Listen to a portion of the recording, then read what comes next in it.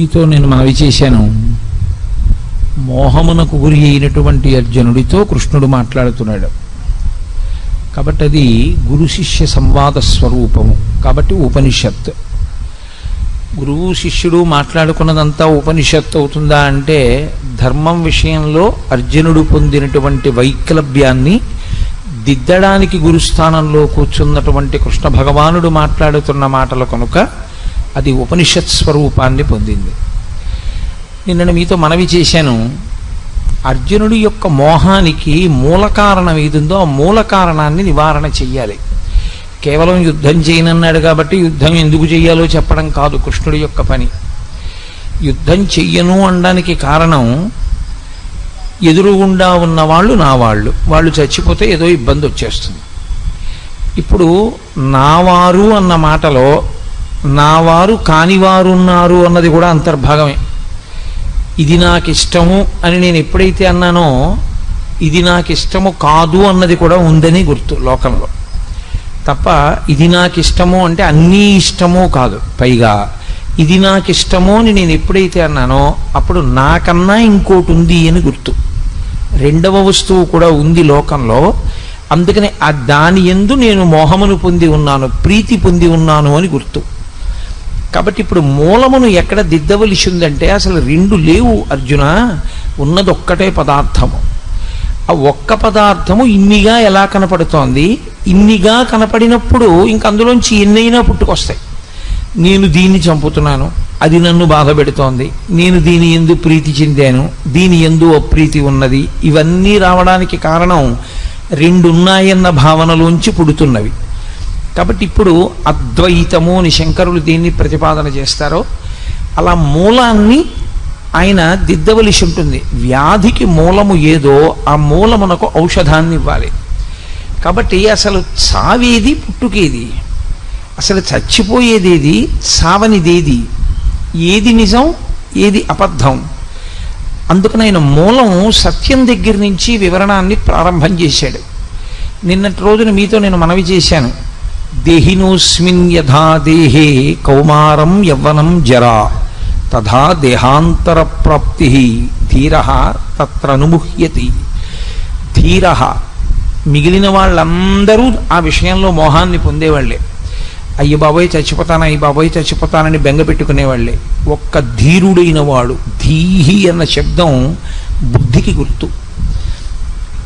గొప్ప బుద్ధి కలిగినటువంటి వాడు అంటే ఆత్మవస్తువు గురించి సరి అయినటువంటి జ్ఞానమును పొందిన వాడెవరో, శాస్త్రము యొక్క ప్రామాణ్యమును బాగా గుర్తిరిగిన వాడెవరో, పెద్దల చేత చేయబడినటువంటి ప్రబోధము జీర్ణము చేసుకున్నవాడెవరో ఆయనొక్కడూ మోహమును పొందడు. దీని గురించి మోహమును పొందడు అంటే తథా దేహాంతర ప్రాప్తి, ఈ శరీరాన్ని విడిచిపెట్టి ఇంకొక శరీరాన్ని నేను పొందుతాను అన్న విషయంలో మోహాన్ని పొందడు. అసలు మిగిలిన వాటి విషయంలో అసలు నేనంటూ ఉన్నానని సరిపెట్టేసుకుంటాడు.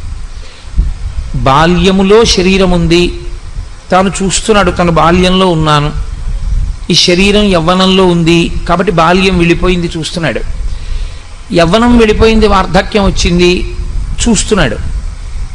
కానీ ఈ మూడిటి యందు నేను అన్నది ఉంది. నేను లోపల ఉన్నాను, ఉండి ఇది బాల్యంలో ఉంది తెలుసుకుంటున్నాను, ఇది యవ్వనంలో ఉంది తెలుసుకున్నాను, ఇది వార్ధక్యంలో ఉంది తెలుసుకున్నాను. అయినా పెద్ద భయం లేదు, ఎందుకంటే పోన్లే వార్ధక్యం అంటే ఏముంది, జంతికలు తినలేను, చెకోడీలు తినలేను, అంతేగా పళ్ళు ఊడిపోతే. కానీ నేనంటూ ఉన్నాను కదా, కాబట్టి ధైర్యం. చావంటే భయం ఎందుకో తెలుసా అండి? ఇది ఉండదు, ఇది ఉండదంటే నేను ఉండను. కానీ ఇది మారుతోందని తెలుసుకుంటున్న లోపల ఉన్న నేను ఏదుందో అది పరమసత్యం. అది దీన్ని విడిచిపెడితే మళ్ళీ ఇంకొక దాన్ని తొడుక్కుంటుంది, ఇంకొక శరీరంలోకి ప్రవేశిస్తుంది, ఈ శరీరాన్ని వదిలేస్తుంది, ఆ శరీరాన్ని పుచ్చుకుంటుంది. అనుభవం ఎక్కడి వరకు చెప్తోంది అంటే శరీరమునకు మార్పు ఉంటుంది అన్న విషయంలో సత్యం. ఏం పర్వాలేదు, బాల్యం వెళ్ళిపోయింది, యవ్వనం వచ్చింది, యవ్వనం వెళ్ళిపోయింది, వార్ధక్యం వచ్చింది, ఒప్పుకుంటాడు. ఈ శరీరం పోయి ఇంకో శరీరం వస్తుందన్న విషయంలో మాత్రం నమ్మడు. ఎందుచేత నమ్మడు అంటే జ్ఞాపకంలో లేదు. ఇది బాగా పట్టుకోవలసినటువంటి విషయం. అనుభవంలోకి వేదాంతం రావడం ఇక్కడ ఉంటుంది. నీకు గుర్తుందా, ఈ శరీరాన్ని విడిచిపెట్టకముందు నువ్వు ఏ శరీరాన్ని విడిచిపెట్టావో నీకు జ్ఞాపకం ఉందా? నేను ఇవాళ ఈ శరీరంలో ఉన్నాను, నేను ఇంకా కొంతకాలం ఈ శరీరంలో ఉంటాను అని అనుకోండి. కానీ ఈ శరీరంలోకి నేను రాకముందు ఏదో ఒక శరీరాన్ని విడిచిపెట్టి ఉండాలి.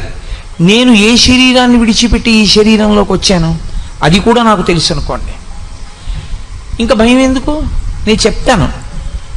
నేను 1959 సంవత్సరంలో పుట్టడానికి ముందు ఫలానా చోట ఫలానా శరీరం వదిలేశానండి, ఆ శరీరాన్ని అక్కడ వదిలేసి ఈ శరీరంలోకి వచ్చానండి అని చెప్తాను.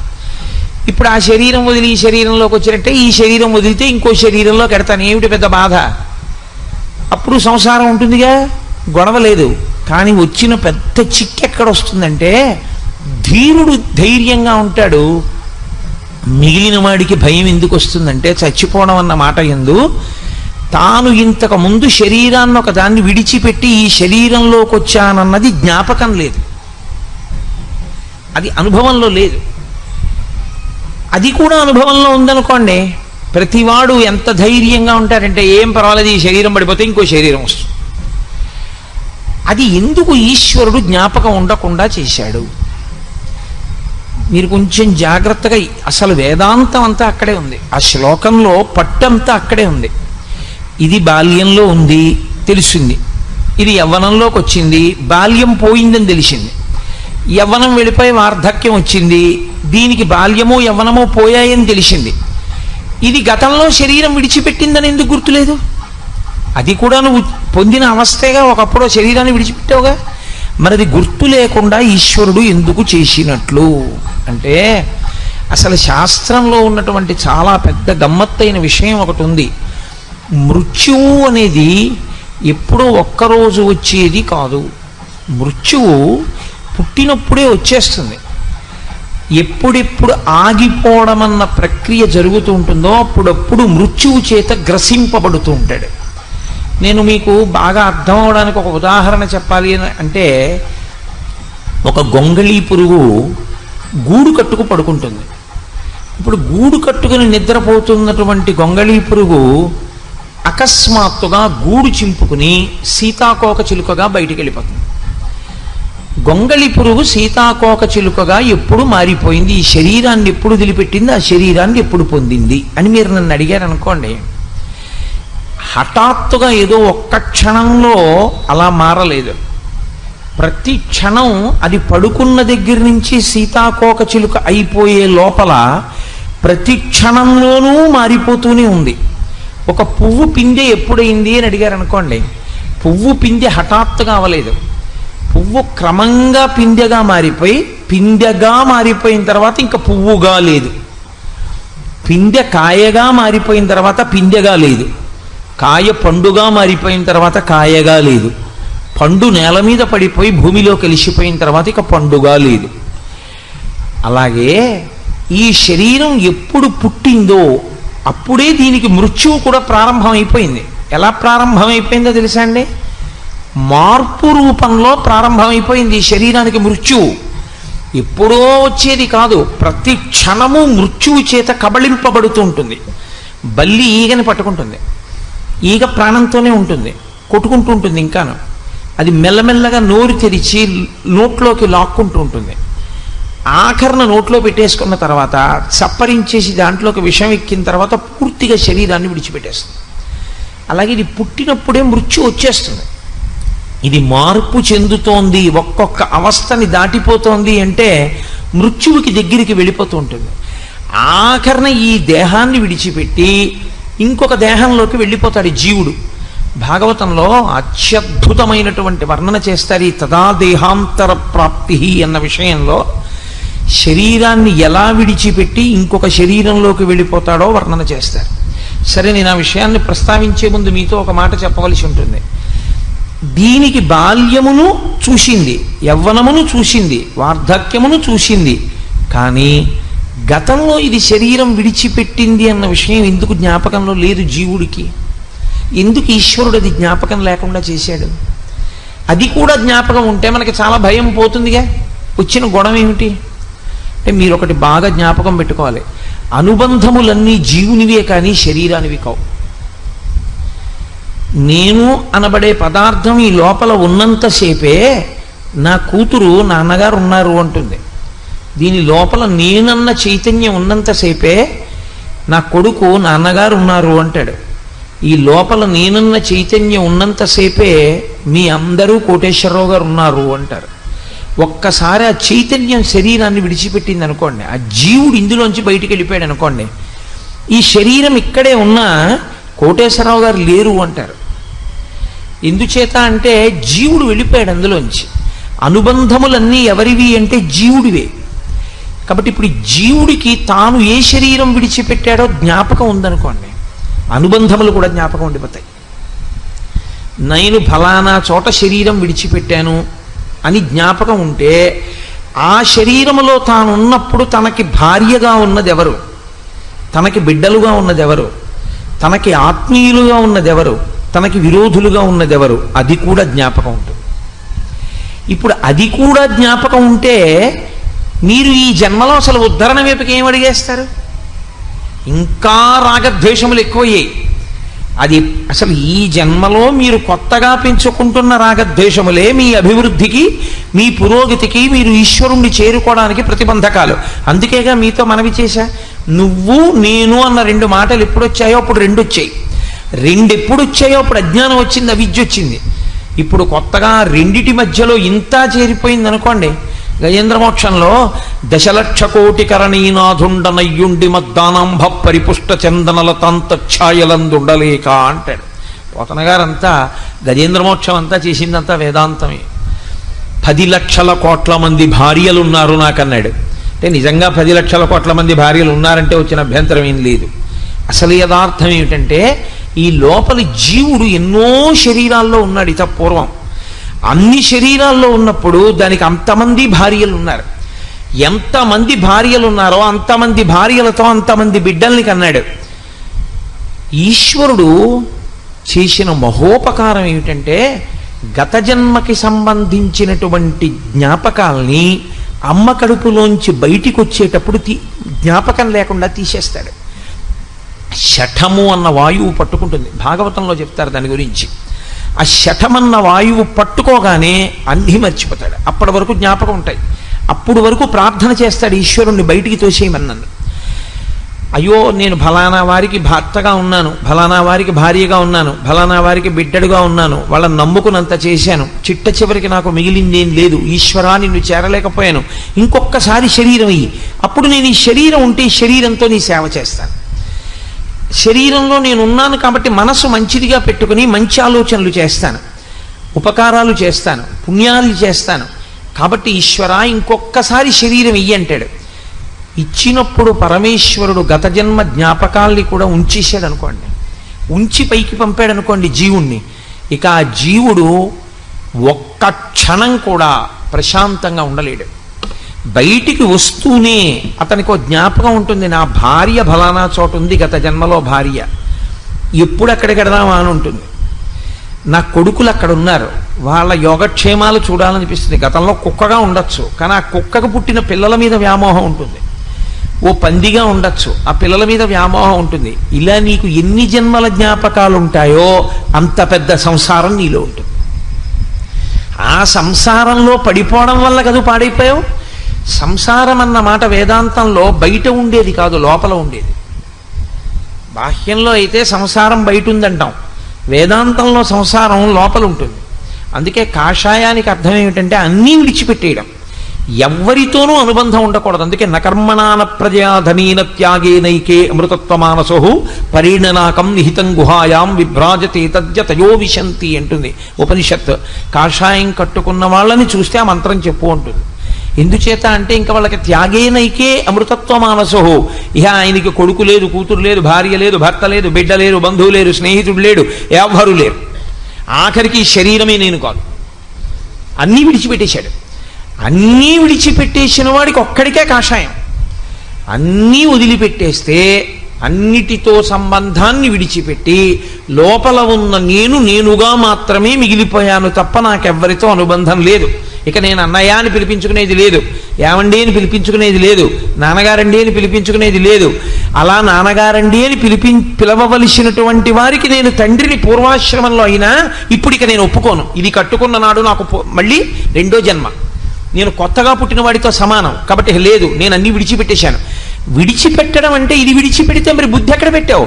సత్త యందు న్యాసం చేశాను, సత్త యందు బుద్ధిని నిక్షేపించాను, అందుకని నేను సన్యసించానంటాడు. అందుకే సనాతన ధర్మమునందు అంత పెద్ద మార్పు వస్తే ఇది విడిచి అది పట్టుకున్నాడు కాబట్టి కాషాయం కట్టుకుంటాడు. అది లేకుండా కట్టుకున్నాడు అనుకోండి చాలా దోషభూయిష్టం అయిపోతుంది.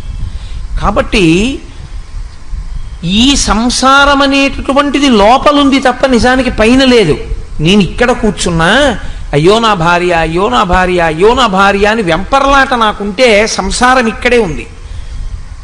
నేను ఇంట్లో ఉన్నా ఇవన్నీ అనుబంధాలు, గతంలో నాకు ఎంతమంది భార్యలు, ఇప్పుడు ఒక భార్య అని నేను మోహమునకు గురి కాని స్థితిని, అది నోటితో చెప్పడం కాదు.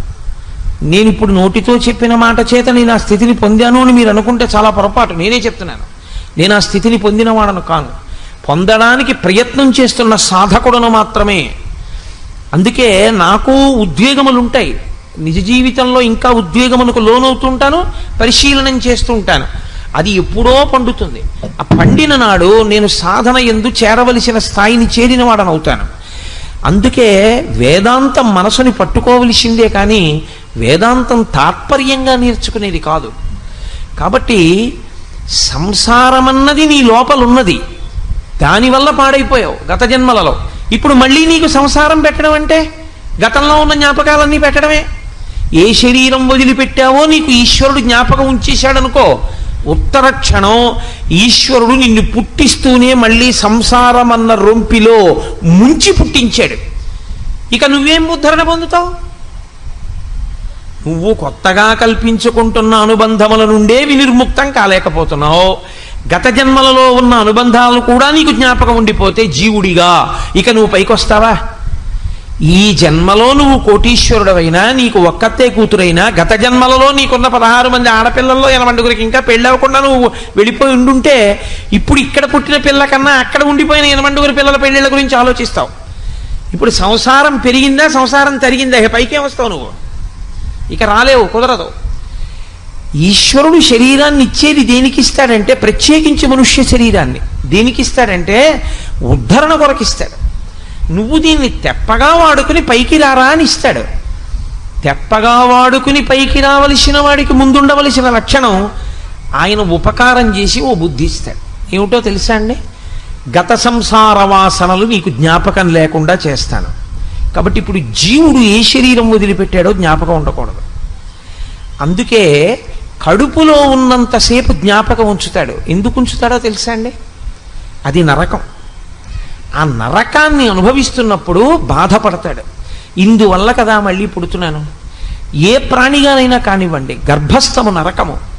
ఆ కటిక చీకటి కన్ను పొడుచుకుంటే కనపడదు. అందుకే 2 రంధ్రములు అంటారు. 11 రంధ్రములు శరీరం మనకు ఉంటాయి. ఒక రంధ్రం తెరుచుకుంటే వెనక్కి రాడు, ఒక రంధ్రం మూసుకుంటే మళ్ళీ లోకంలోకి వస్తాడు. నాభీరంధ్రం తెరుచుకుని ఉన్నంతసేపు అమ్మ కడుపులో అమ్మ తిన్నది తన శరీరంలోకి ఎడుతూ ఉంటుంది. బయటికి వచ్చేసిన తర్వాత నాభి కోసేస్తే నాభీరంధ్రం మూత పడిపోతుంది. ఇంకా నాభిలోంచేది శరీరంలోకి వెళ్ళదు. నాభి మూత పడిపోయి ఉండిపోతే బొడ్డు ఊడిపోయిందంటారు. మూత పడిపోయింది అనుకోండి నాభీరంధ్రం, ఇక అందులోంచి వెళ్ళేది లేదు, అంటే శరీరాన్ని పొందడం పూర్తయిపోయిందని గుర్తు. మళ్ళీ బయటికి వెళ్ళిపోయేటప్పుడు ఈ శరీరంలోంచి గొప్ప సాధన చేసిన వాడు ఇక రాడని గుర్తు ఏమిటంటే ఆఖరి సమయంలో, ప్రాణోత్క్రమణం అయ్యే సమయంలో నిర్భయంగా ఇన్నిసార్లు శరీరాలు విడిచిపెట్టి శరీరాలు పొందాను, ఇక నేను శరీరాన్ని పొందను, నాకొద్దు అని పరమేశ్వరుణ్ణి ధ్యానం చేస్తూ మనసు ఈశ్వరుని యందు నిలబెడతాడు. ఆ నిలబెట్టిన కారణం చేత ఈ శరీరము పడిపోతున్నా తాను సాక్షిగా నిలబడతాడు. అలా సాక్షిగా నిలబడిన వాడెవరో వాడు మాత్రమే వెళ్ళే ద్వారం ఒకటి ఉంటుంది. అలా యోగమునందు వెళ్ళిపోయాడని గుర్తేమిటంటే ఊర్ధ్వముఖ చలనము చేసి బ్రహ్మరంధ్రమును భేదించుకుని పైకెడతాడు. ఇక్కడ చిట్లుతుంది. ఇక్కడ చిట్లి వెళ్ళిపోయాడు అంటే యోగమునందు వెళ్ళిపోయాడు అని గుర్తు. భగవద్గీత ప్రత్యేకించి సాంఖ్యయోగం అంతా కూడా యోగము యొక్క వైభవాన్నే మాట్లాడతాడు ఆయన. యోగము ధర్మముతో కలుస్తుంది. సరే, నేను అది ఎక్కడ అవసరమో అక్కడ దాని గురించి నేను మనవి చేసే ప్రయత్నం చేస్తాను. అసలు ధర్మాన్ని విడిచిపెడితే యోగం కాదు, ధర్మమునందు అనురక్తియే యోగము యథార్థమునకు. అందుకే యోగ కర్మసు కౌశలం అంటాడు ఆయన.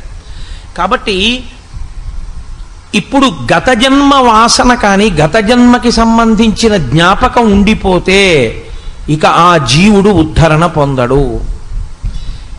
ఈ జన్మలో ఏర్పడినటువంటి అనుబంధాలని తెంచుకోవడం కుదరట్లేదు.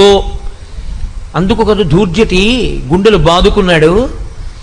ఆలంచున్ మెడకట్టి దానికి అపత్యశ్రేణి కల్పించి తద్బాలవ్రాతము నిచ్చిపుచ్చుకొను సంబంధంబు కావించి. అమ్మ బాబోయ్, ఎంత వేదాంతం చెప్పాడో మహానుభావుడు. ఆలంచున్ మెడకట్టి అన్నాడు. ఆవిడ మెళ్ళలో తాళి కట్టాను నేను అనుకున్నాను, కానీ ఇక్కడ పట్టుకుందయా అంటే భార్యే కాదు, భార్యకు భర్త అయినా భర్తకు భార్య అయినా సంసారం అంత గట్టిగా పట్టుకుంటుంది. ఇప్పుడు దానికి అపత్యశ్రేణి కల్పించి దాని వలన కొంతమంది పిల్లలు పుట్టేటట్టు చేసి ఆ భార్య వలన తద్బాలవ్రాతము నిచ్చిపుచ్చుకొను సంబంధంబు కావించి ఈ ఇంట పుట్టిన ఆడపిల్లని పట్టుకెళ్ళి ఇంకో ఇంట్లో ఇచ్చాడు. ఇంకో ఇంట్లో పుట్టిన ఆడపిల్లని ఇంటికి తెచ్చుకున్నాడు. 60 ఏళ్ళు వచ్చాక నేను చేసింది ఏమిటి అని వెనక్కి తిరిగి చూస్తే ఓ కొడుకుని కని కూతుర్ని తెచ్చుకున్నాను, ఓ కూతుర్ని కని ఇంకో ఇంటికి పంపించాను. దానివల్ల అల్లుడు వచ్చాడు, దీనివల్ల కోడలు వచ్చింది. ఇది నీ సాధించింది. దీనికి అనుబంధంగా మళ్ళీ కొన్ని అనుబంధాలు ఏర్పడ్డాయి తప్ప సాధనలో నేనేం చేశాను ఈ శరీరంతో? ఏమీ లేదు, సున్నా. ఈ అనుబంధాలే ఆఖరికి కొంప ముంచేస్తాయి మళ్ళీ. కాబట్టి తదా దేహాంతర ప్రాప్తి, ఇది జీవుడికి ఉన్న లక్షణం. శరీరాన్ని మళ్ళీ పొందుతాడు, కానీ అది నీకు జ్ఞాపకంలో లేదు, అనుభవంలో లేదు. అనుభవంలో లేకపోవడం వల్ల వచ్చిన పెద్ద భయం ఏమొచ్చిందంటే శాస్త్రాన్ని ప్రమాణంగా తీసుకుని ఒరే ఈ శరీరం వదిలినా ఇంకో శరీరాన్ని పొందుతాన్రా అన్న ధైర్యం కూడా లేదు. అసలు ఇంకొక శరీరాన్ని పొందుతానన్న ధైర్యం కాదు, ఆ కోరిక ఉంచుకోకూడదు. అసలు ఆ కోరిక ఉండడం మొదటి తప్పు. సరే, అంత దూరం ఎక్కడ వెళ్ళిపోతానులేండి, కుదరదు. కనీసం మళ్ళీ మనుష్య జన్మలోకి వచ్చి శాస్త్రం చదువుకునేంత మంచి ప్రయోజనం కలిగితే చాలు అంటావా? నీకు మళ్ళీ శరీరం రాదనుకుని వ్యామోహపడ్డం పెద్ద తప్పు. తథా దేహాంతర ప్రాప్తి ధీర తత్రనుముహ్యతి. ధీరులైన వారు దాని గురించి మోహాన్ని పొందరు. అర్జున, నువ్వేమిటి ఇప్పుడు వాళ్ళందరూ చచ్చిపోతారు గుండెలు బాధేసుకుంటున్నాయేంటి? వాళ్ళు చచ్చిపోవడం అనేటటువంటిది శరీరం పడిపోతుంది, వాళ్ళు మళ్ళీ వచ్చేస్తారు ఇంకో శరీరంలోకి. నీకెందుకు అంత బెంగ? నువ్వు పడగొట్టకపోతే పడదనుకుంటున్నావా? పడిపోతుంది. పడిపోయింది రాదనుకుంటున్నావా? వస్తుంది. చిత్రం ఏమిటో తెలుసా? ఇక్కడ ఒక ప్రశ్న వస్తుంది వేదాంతంలో. మరి ఎందుకంటే అసలు ఈశ్వరుడు ఈ శరీరాలు ఇస్తుండడం? ఏదో ఒక గొడవ తేల్చేస్తే అయిపోతుంది కదా. మళ్ళీ శరీరం ఇవ్వకుండా, ఏమయ్యా నీకోసారి శరీరం ఇచ్చాను నువ్వు సరిగ్గా ఉపయోగించలేదు, గుణపాల మీద ఎక్కించేస్తాడో గొడ్డలతో కొట్టేస్తాడో ఏదో చేసేనివ్వండి, అయిపోయింది. అక్కడతో దరిద్రం వదిలిపోయింది. లేదా తనలో కలిపేసుకున్నాడా? కలిపేసుకోమనండి, రెండే. మళ్ళీ శరీరం ఇస్తూ ఉండడం, మళ్ళీ చెయ్యి అంటూ ఉండడం, మళ్ళీ మనం కింద పడుతుండా మీద పడుతుండా, మళ్ళీ కింద పడ్డాము మీద పడ్డామని మళ్ళీ మళ్ళీ తీసుకొచ్చి మళ్ళీ శరీరం ఇస్తుండా. ఏమిటండి అల్లరంతా? ఎందుకు ఈశ్వరుడు ఈ శరీరం ఇవ్వడం అంటే మీరు ఒక్క విషయం జ్ఞాపకం పెట్టుకోవాలి. మనం శాస్త్రమును ప్రమాణంగా తీసుకుని మాట్లాడకపోతే, శాస్త్రమునందు సరి అయినటువంటి నిష్ట లేకపోతే, సరి అయినటువంటి సమర్థత కలిగిన గురువు దగ్గర శాస్త్రాధ్యయనం చేయకపోతే, బురదపాము లాంటి గురువు గారి నోట్లో పడ్డ పెద్ద కప్పలా పడిపోయి ఉండిపోతే వచ్చే పెద్ద ఇబ్బంది ఏమిటొస్తుందో తెలుసా అండి? శాస్త్ర పరిజ్ఞానమునందు పరిపక్వత ఏర్పడదు. ఏర్పడకపోతే సంధి ప్రలాపం అంటారు. అలాంటి మెట్ట వేదాంతం ప్రశ్నలు వస్తాయి. ఈశ్వరుడు ఎందుకు ఇచ్చాడు శరీరాన్ని? మొట్టమొదట అసలు చెప్పవలసిన విషయం ఏంటంటే ఈశ్వరుడు మీకు శరీరమును ఇవ్వలేదు. ఈశ్వరుడు మీకు శరీరం ఇచ్చాడనుకున్న మీ సిద్ధాంతమే దోషభూయిష్టం. ఈశ్వరుడికి దాని యందు స్వాతంత్ర్యము లేదు. ఈశ్వరుడు ఇవ్వడు, ఆయన పెట్టుకోలేదు తన మీద. నేను మీకు ఈ శరీరాన్ని ఇస్తాను అని ఎక్కడా ప్రమాణం చేయడు. భగవద్గీత కాదు, మీరు సనాతన ధర్మమునందు వాంగ్మయాన్నంతటినీ చూడండి, ఇది మాత్రము ఈశ్వరుడు అనడు. ఎందుకు నేను ఈ మాట ఇంత నొక్కి చెప్తున్నానో తెలుసా అండి? ఒక్క సనాతన ధర్మమునందు మాత్రమే పునర్జన్మ సిద్ధాంతం ఉంది. మిగిలిన ఏ విశ్వాసమో పునర్జన్మ సిద్ధాంతమును అన్ని అంగీకరించవు. ఎవరు పునర్జన్మ సిద్ధాంతాన్ని అంగీకరిస్తారో వారొక్కరే బొట్టు పెట్టుకుంటారు. బొట్టు పెట్టుకోరు అంటే మనం గుండెలు బాధేసుకోక్కర్లేదు. బొట్టు పెట్టుకోరు అంటే దానికి గుర్తు ఏమిటంటే వారు పునర్జన్మ సిద్ధాంతమును అంగీకరించరు. పునర్జన్మ సిద్ధాంతమును అంగీకరించడం సనాతన ధర్మంలో అత్యంత ప్రధానమైన విషయం.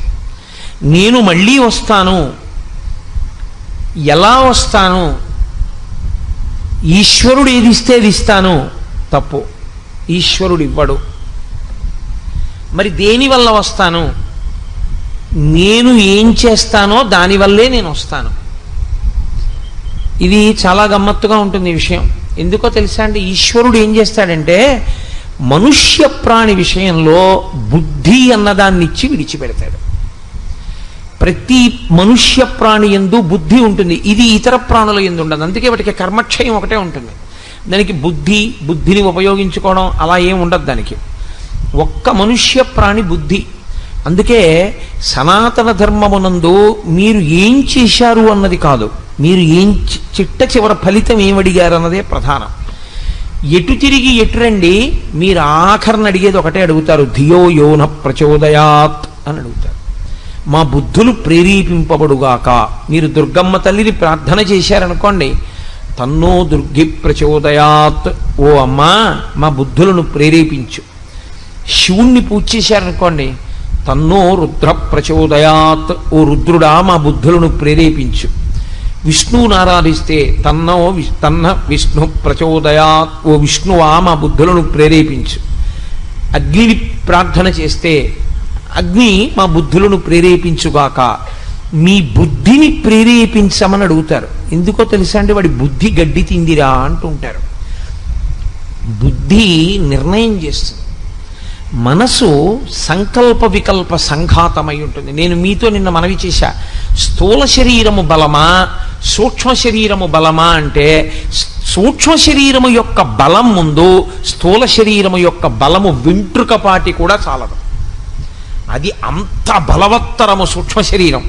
అందుకే మహానుభావులు చంద్రశేఖరేంద్ర సరస్వతీ స్వామి వారు నడిచే దేవుడిని పేరు. ఆయన ఒక మాట అంటూ ఉండేవారు, గాలిని పట్టుకుంటానండం ఎంత సాహసమో మనసుని పట్టుకుంటానండం అంత సాహసం. ఆ సాహసం చెయ్యడమే అభ్యాసం అన్న మాటలోకి వచ్చింది. గాలిని పట్టగలవా, మనసుని పట్టగలవా? మనసుని పట్టగలను. దేని వలన? కేవలము అభ్యాసము వలన. అందుకే భక్తి యోగంలో వాడతాడు ఆ మాట ఆయన. నేను మయ్యేవ మన ఆధత్స్వామ ఈ బుద్ధిం నివేశయ అంటాడు. నా యందు పెట్టు నీ మనసు, నా యందు పెట్టు నీ బుద్ధి. అలా కుదరలేదనుకో, అభ్యాసయోగేన కౌంతేయ, అభ్యాసం చెయ్యి అంటాడు. అభ్యాసము శరీరముతో ప్రారంభం. సరే, అది భక్తి యోగంలో విషయాన్ని ఇప్పుడు నేను దాన్ని సమన్వయం చెయ్యను. మనం ఏం చేస్తామంటే ఈశ్వరుడు బుద్ధినిచ్చి మనల్ని పంపిస్తే ఈ బుద్ధితో ఈశ్వరుడు ఏం చెప్తాడంటే నువ్వు నిర్ణయం చేసుకో. ఇప్పుడు ఈ నిర్ణయం చేసుకోగలిగినటువంటి బుద్ధి పదును బాగా ఎక్కడెక్కుతుందో తెలుసా అండి? శాస్త్రమును అధ్యయనము చేయడం వల్ల, గురువు గారి దగ్గర కూర్చుని శాస్త్రాన్ని బాగా వినడం వల్ల, ఏతత్ శాస్త్రం ప్రమాణంతే, ఎవరేం చెప్పారన్నది ప్రమాణం కాదు. లోకంలో ఎవరు ఏం చెప్పినా ప్రమాణం కాదు. శాస్త్రమును వాళ్ళు మాట్లాడితే ప్రమాణం. పరమాచార్య స్వామి చెప్పినటువంటి మాటలన్నీ ప్రమాణవాక్కులే. దేని వలన? ఆయన ఎప్పుడు మాట్లాడినా వేదమే మాట్లాడారంతే, ఆయన శాస్త్రమే మాట్లాడారంతే. శాస్త్రము కానిది ఆయన మాట్లాడలేదు. ఎంత ధైర్యంగా మాట్లాడారో, ఎంత సాహసంగా మాట్లాడారో పరమాచార్య మాట్లాడిన మాటలు మీరు చదివితే మీకు అర్థమవుతుంది. ఓ, ఇందుకు ఈయన నడిచే దేవుడయ్యాడనిపిస్తుంది. అదిగో ఆ ధైర్యం ఉండి మాట్లాడిన గురువు ఉంటాడే, శాస్త్రమునందు నమ్మకం ఉన్నవాడు, ఆ గురువు మాట్లాడుతున్నప్పుడు ఆ మాటల చేత పదునెక్కుతుంది. పదునెక్కడం అన్న మాటలో ఉన్నటువంటి లక్షణం ఏమిటో తెలుసా అండి? మళ్ళీ అదో చిత్రం. గురువుగారి మాటలు కూడా చింతపండు లాంటివి. మన మనసు కిలిమిక్కినటువంటి పాత్ర లాంటిది. చింతపండు పెట్టి మీరు కిలిమిక్కిన పాత్రని తోముదాం అనుకున్నారనుకోండి, ధగధగా మెరవాలి. ఇప్పుడు చింతపండు తీసుకొచ్చారు, ఏమంటే చింతపండు బాగుందా? బాగుంది. కిలిమిక్కిన పాత్రకి కిలి ఉందా? ఉంది. ఇప్పుడు దీనికి ఉన్నటువంటి ఆ గబ్బు పోవాలి. ఈ చింతపండుతో ఈ పాత్రని తోమచ్చు, పులుసులోనూ వేసుకోవచ్చు. ఏమైనా అభ్యంతరమా మీకు? పాత్రను తోమకుండా పులుసులో వేసాను, అభ్యంతరమా? అభ్యంతరం కాదు. పాత్రకి కిలి ఉంది. ఇప్పుడు నేను ఈ చింతపండు పట్టుకొచ్చి తోమిన తర్వాత పాత్ర మెరుస్తోంది. ఇప్పుడు నేను తోమడానికి ఉపయోగించినవి ఏమున్నాయో దాన్ని పులుసులో వేసుకోవచ్చా? కుదరదు. అలాగే గురువుగారి మాటలు వినడం వల్ల మీరు చిత్తశుద్ధికి చేసేటటువంటి కర్మలు ఏ ఉన్నాయో ఆ కర్మలను కూడా జ్ఞానోపలబ్ధి కొరకు ఒక స్థాయిలో విడిచిపెట్టి నించోవలసి ఉంటుంది. అక్కడ వస్తుంది కర్మ పరిత్యాగం. అప్పటి వరకు అసలు రానే రాదు, అది తెలియదు. ఆ జ్ఞానం అంకురించే వరకు ఎందుకు కర్మఫల పరిత్యాగం చేసి తాను సాక్షిగా నిలబడిపోగలిగిన స్థితికి వెళ్ళిపోతాడో అర్థం కాదు. అదంత అసలు చెప్పడం కూడా అంత తేలిక కాదు, చాలా కష్టం ఆ స్థాయి గురించి మాట్లాడడం. అందుకే ఈశ్వరుడు బుద్ధినిచ్చాడు, ఇది ఎంత పదును పెడితే అంత బాగా కోస్తుంది. ఇప్పుడు ఈ బుద్ధి పదునెక్కడం అన్నది దేని మీద ఉంటుందో తెలుసా అండి? అది క్రమక్రమంగా దానికి తగలకూడనివి తగలడం వల్ల అది తుప్పడుతుంది. ఏవి తగులుతుంటాయి బుద్ధి మీద అంటే మనసు యొక్క ప్రకోపం బాగా తగులుతుంది. ఈ మనసుకున్న లక్షణం ఏమిటో తెలుసా అండి? దీనికి ఎప్పుడు రుచి కావాలి. వేదాంతం అలాగే ఉంటుంది. మరి నేను భాగవతం చెప్పినట్టో రామాయణం చెప్పినట్టో ఉండదు. వేదాంతం అలాగే ఉంటుంది. భగవద్గీత అంటే రుచి ఎప్పుడు అడిగేది ఎవరు అంటే మనస్సు ఒక్కటే, బుద్ధి కాదు. మీరు బాగా జ్ఞాపకం పెట్టుకోవాల్సి ఉంటుంది ఆ విషయాన్ని. అందుకే అది సంకల్ప వికల్ప సంఘాతము. ఈ సీసా ఇక్కడ పెట్టారనుకోండి, ఇవి ఎలా ఉంటాయో కాసి నోట్లో పోసుకుంటే ఎలా ఉంటుందంటావు అంటుంది. ఎందుకనంటే అది సంకల్ప వికల్ప సంఘాతం. అది ఎప్పుడు ఏదో ఆలోచిస్తుంది. అందుకే అది ఉన్నంతసేపు దుఃఖమే. అది ఉందంటే దుఃఖం. ఎందుకో తెలుసా అండి? సంకల్పం అన్నా చేస్తుంది, వికల్పం అన్నా చేస్తుంది. రెండిటి ఎందు దుఃఖం ఉంటుంది. సుఖరూపం ఉంటుంది కదండి అని మీరు నన్ను అనొచ్చు. సుఖము దుఃఖము యొక్క భాష. అది వెంటనే దుఃఖాన్ని తీసుకొచ్చేస్తుంది. ఎందుకో తెలుసా అండి? నేను చాలా ప్రీతి చెందేటటువంటి వస్తువు నా దగ్గర ఉంటే నాకు సుఖం అండి. ఇప్పుడు అదేదో తిరుగుతోంది, నాకు చాలా సుఖంగా ఉంది. ఇది తిరుగుతోంది, నాకు చాలా సుఖంగా ఉంది. అది ఆగిపోయింది, ఏమవుతుంది? దుఃఖం వచ్చేసింది అంతే. సుఖమునందు దుఃఖము ఇమిడి ఉంటుంది, దుఃఖమునందు సుఖము ఇమిడి ఉంటుంది. ఆ తర్వాత మళ్ళీ తిరిగింది అనుకోండి, నిర్వాణాయ తరుచ్ఛాయ తప్తస్య విశేషత అని సంస్కృతంలో సూక్తి.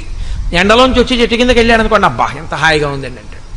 ఆకలేసిన తర్వాత అన్నం తిన్నాడు అనుకోండి, అబ్బా ఎంత హాయిగా ఉందండి అంటాడు. నా ఉపన్యాసం అయిపోయిన తర్వాత మీరు అమ్మాయి ఎంత హాయిగా ఉందండి అంటారు కదా. కాబట్టి దుఃఖము తర్వాత సుఖం ఉంటుంది, సుఖం తర్వాత దుఃఖం ఉంటుంది. ఇవి రెండూ మనసు యొక్క లక్షణాలే. ఇది సంకల్ప వికల్ప సంఘాతము. దీని అసాధ్యం, దీని శక్తి అంతా ఎక్కడదో తెలుసా అండి? అది ఊపిరి మీద ఆధారపడిపోతుంది. దాని శక్తి అంతా ఊపిరే. చిత్రం ఏమిటంటే, ఏమండి నా రెటీనా చూపించండి అని మీరు అడిగారు అనుకోండి, కంటి లోపల ఎక్కడో వెనకాతల ఉన్న రెటీనాని నేను ఒక యంత్రం ముందు కూర్చుంటే డాక్టర్ చూపించచ్చు స్క్రీన్ మీద, ఇదిగో మీ రెటీనా అని చూపిస్తాడు. నా గుండె చూపించండి అని అడిగాను అనుకోండి, నేను ఒక ప్రత్యేకమైన స్కానర్ దగ్గర కూర్చుంటే ఇదిగో మీ గుండె కోటేశ్వరారని చూపిస్తారు. నాకు ఒకప్పుడు కంఠం పాడైంది. అంటే కంఠం పాడవడం అంటే ఎక్కడికో వెళ్ళి తినకూడని పదార్థం తినేసాను. నాకేం తెలుసు వాళ్ళు అటువంటి నూనెతో పెడతారు అన్నమని. వాళ్ళు పెట్టకూడని నూనెతో నాకు అన్నం పెట్టారు వంట చేసి పెడితే నా కంఠం పోయింది. నా కంఠం పోతే నేను డాక్టర్ గారి దగ్గరికి వెళ్ళాను. వెళితే ఆయన నన్ను ఒక యంత్రం ముందు కూర్చోబెట్టి ఓసారి మీ కంఠం చూసుకోండి అన్నారు. ఎదురుగుండా నా కంఠం కనబడింది. ఎర్రటి మాంసపు ముద్ద మీద పూర్తిగా తొరకలు, పెరుగు మీద పాల మీద తొరకలు పడితే ఎలా ఉంటాయో అలా పట్టేసింది తొరకలాగా. ఇది మీకు కనపడుతున్నది. ఈ తొరక ఎక్కడి వరకు పట్టిందో తెలుసా? ఇక్కడి నుంచి ఇక్కడి వరకు తొరక కట్టింది. ఈ తొరకంతా ఏమిటో తెలుసా? మీరు తినకూడనటువంటి నూనెతో, అత్యంత చవకబారు నూనెతో మీకు అన్నం పెట్టారు వారం రోజులు మీరు ఉపన్యాసాలకు వెళ్ళినప్పుడు. ఆ నూనె ఏమైపోయిందంటే ఇక్కడికి వచ్చి తొరక కట్టేసింది. కట్టేసి వాయువుని వాక్కుగా మారనివ్వట్లేదు, మారనివ్వకుండా అడ్డేస్తోంది. ఇప్పుడు ఇదంతా కూడా పోవాలి, ఇది పోవడానికి ఔషధులు ఇస్తున్నాను, అవి తింటే ఈ తొరకంతా కరిగిపోతుంది, కరిగిపోయాక మీ కంఠం మీకు వస్తుందన్నాడు ఆయన. నా కంఠం నేను చూసుకున్నానా లేదా? నా శబ్దపేటికతో సహా ఆ రోజు నేను చూసుకున్నాను. నా మనస్సుని చూపించండి అని నేను ఏ డాక్టర్నన్నా అడిగాను అనుకోండి, చూపిస్తారా? ఎవ్వరూ చూపించలేరు. ఎందుకో తెలుసా అండి? మనసు మీ చేత చూడబడేది కాదు, కానీ అదే మిమ్మల్ని నడిపిస్తూ ఉంటుంది. దానికి వచ్చిన లక్షణం ఏమిటంటే అది సంకల్ప వికల్ప సంఘాతం. అది అస్తమానం ఏదో ఒక ప్రతిపాదన పట్టుకొస్తుంది. అది ఖాళీగా ఉండు, వద్దు, అల్లరి చేయకు, గొడవ చేయి, కూర్చు, ఏం చెప్పకు, అలా ఉండు అని మీరు అన్నారనుకోండి, వెంటనే అలాగే అని మళ్ళీ వెంటనే అలా ఉండమన్నావు కదా చూసావా, పూర్వం కూడా ఒక ఆయన ఇలాగేనేవాడు అని మళ్ళీ ఏదో మొదలెడుతుంది. అసలు మీరు మనస్సుని ప్రశాంతంగా ఉంచడం అన్నది సాధ్యము కానీ కాదు. ఇది ఎప్పుడైతే సాధ్యం కాదో మీరు ఆ విషయాన్ని గుర్తుపెట్టుకోవాలి. దానికి స్వాతంత్ర్యం అలవాటు అవ్వడం అన్నది ఎప్పటి నుంచి వచ్చిందో తెలుసా అండి? ఇప్పటిది కాదా స్వాతంత్ర్యం, కొన్ని కోట్ల జన్మల క్రితం నుంచి మీరు అలవాటు చేశారు, నీ ఇష్టం వచ్చినట్టు తిరిగని. వెనకటికి ఒక ఆయన కొడుకు ఎవరో ఒక అమ్మాయిని ప్రేమించానని చెప్పాడు. ఏం చెప్పాలి బుద్ధున్న తండ్రి అయితే? తప్పురా, తండ్రిరా నిర్ణయించాలి, నువ్వు ప్రేమించడం ఏమిట్రా, తప్పు, అలా చేయకూడదని చెప్పాలి. ఒరే, ప్రేమించిన అమ్మాయి చుట్టూ తిరగడానికి ఒక మోటార్ సైకిల్ ఉంటే బాగుంటుందిరా అని మోటార్ సైకిల్ కొనిపెట్టాడు. కొనిపెట్టిన తర్వాత వాడు ఆ అమ్మాయిని ప్రేమించాడు, పెళ్లి చేసుకున్నాడు. ఇప్పుడు ఆయన వేరు కారణాలకు ఏడుస్తున్నాడు. ఏమిటి ఉపయోగం? నిన్ను మోటార్ సైకిల్ కొనిపెట్టమని ఎవరు చెప్పారు? స్వేచ్ఛా స్వాతంత్రం ఇచ్చావు, ఇప్పుడు నువ్వు అనుభవిస్తున్నావు. అలా స్వేచ్ఛ ఇచ్చేసాం మనసుకి మనం. దాన్ని మన అదుపులో ఉంచుకోవడం అంటే బుద్ధి దాన్ని అదుపులో పెట్టడం కలిగినటువంటి శక్తి నుంచి అది తప్పుకుంది. అది సర్వస్వతంత్రం అయిపోయి దాని పని ఏమిటంటే బుద్ధి చెప్పాక మనం చేద్దామనడం దానికి అలవాట్లేదు. నేను చెప్తూనే ఉంటాను, ఒక్కొక్కసారి బుద్ధిని వంచేస్తాను అని అది ఏం చేస్తుందంటే చెబుతూనే ఉంటుంది, వద్దు, తప్పు, అలా చేయకూడదు అంటుంది బుద్ధి. అలా అంటారు కానండి, ఏం పర్వాలేదా, అలా అక్కడ చూడండి వాళ్ళు చేయలేదా, ఇలా వీళ్ళు చేయలేదా, ఏమిటి తప్పు? లోకంలో చాలామంది ఉన్నారు తెలుసా అండి, ఇది తప్పని తెలిసి చేస్తుంటారు. నాకు మొన్ననే రైల్లో ఒక ఆవిడ కనబడ్డారు. నేను నెల్లూరు నుంచి వస్తుంటే ఆవిడ నాతో అన్నారు, నేను వెళ్ళిన శివాలయాల్లో కల్లా అర్చకులు ఎప్పుడైనా పక్కకి వెళ్ళగానే లోపలికి వెళ్ళి శివలింగాన్ని కౌగిలించుకుంటానన్నారు. ఎందుకు అలాగని అడిగాను నేను. అడిగితే ఆవిడ అన్నారు, నేను అలా చేయకుండా ఉండలేను అన్నారు నాతో. అలా చేయకుండా ఉండలేను అన్నప్పుడు చేయకుండా ఉండాలి, అలా చేయకూడదని మీకు తెలియదా అన్నాను. అంటే చేయకూడదని నాకు తెలుసు అన్నారు. అందుకే నేను రమణాశ్రమానికి వెళ్ళినప్పుడు నన్ను అందరూ ఎన్ని శివలింగాలు పాడు చేసావని అడుగుతుంటారు అన్నారు ఆవిడ. అంటే అలా శివాలయంలోకి వెళ్ళి ఒక ఆడది శివలింగాన్ని కౌగిలించుకోవడం అనేటటువంటిది ధర్మ విరుద్ధమని, అలా చెయ్యకూడదని, దాన్ని శాస్త్రం అంగీకరించదని, శాస్త్రము ప్రమాణం తప్ప మన బుద్ధులు ప్రమాణాలు కావని, ప్రమాణం చెప్పవలసింది శాస్త్రమే తప్ప నేను కాదని ఆవిడికి తెలుసు. శ్రీశైలం లింగాన్ని కౌగిలించుకో, ఎందుకంటే అది సాక్షాత్తుగా ధూళి దర్శనాన్ని అనుమతించిన లింగం. అనుమతించని లింగాలన్నీ వెళ్ళి కౌగిలించుకోవడం ఏమిటి అంటే, నేను ఏదో కారణం మీద అర్చకుడు కాస్త పక్కకి వెళ్ళే వరకు అక్కడే ఉండి ఆయన అలా వెళ్ళగానే లోపలికి వెళ్ళి కౌగిలించుకుంటానండి అన్నారు. ఆవిడేమీ పనికిమాలిన వ్యక్తి కాదు, చాలా భక్తురాలు. అసలు ఆవిడికి కొన్నాళ్ళు పోయాక PhD ఇస్తారేమో అని నాకు అనుమానం. ఆవిడంత గొప్ప పని ఒకటి చేస్తున్నారు ఈ మధ్యకాలంలో.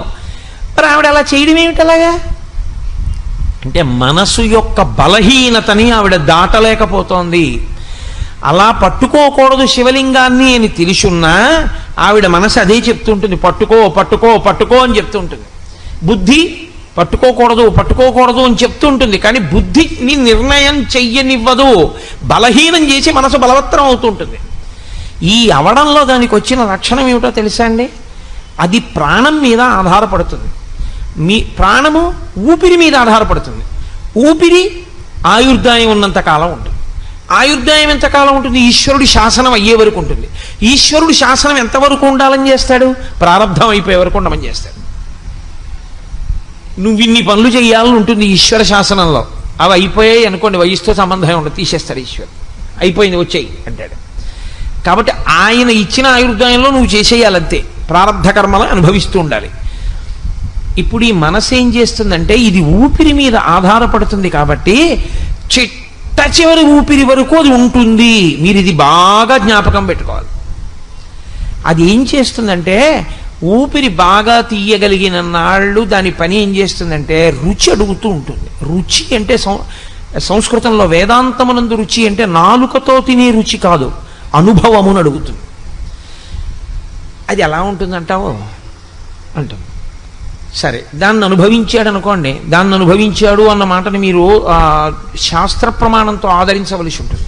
దాన్ని అనుభవించాడు అంటే నా ఉద్దేశంలో ఏంటంటే ఏదో పులిహార తినాలనుంది, పులిహారని తిన్నాడు అని, అంతకన్నా హేయమైన మాట నేను మాట్లాడటం లేదు అని మీరు గుర్తించవలసి ఉంటుంది. ఏవి ఆ పరిధిలోకి వచ్చినా నేను అలా ప్రయోగించట్లేదు.